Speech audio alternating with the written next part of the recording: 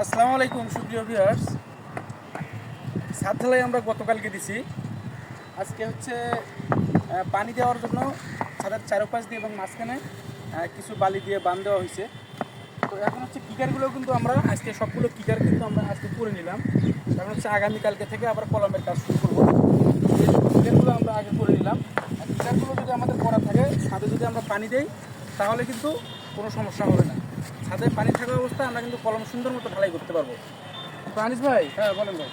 টিকার কি সব সুতাকরি করা হচ্ছে এবং হ্যাঁ। মাপজোক সব ঠিক আছে তো? হ্যাঁ ইনশাল্লাহ মাপজোক হ্যাঁ, সুন্দর করে করিয়া সুতা করতেছি ঠিক আছে। ও মাপজোক সুন্দর করে করার পরে ঠিক আছে। সুতা করতেছে। হ্যাঁ সুতা করতেছি। আসলে ছাদ ঢালাইয়ের আজকে পর দিন আমরা কিন্তু কিকার সবগুলো ঢালাই দিচ্ছি এবং দেখেন এই পাশ দিয়ে দেখেন এই যে বালি দিয়ে কিন্তু সবগুলো জায়গায় কিন্তু সুন্দর করে বাঁধ দিয়ে নেওয়া হয়েছে।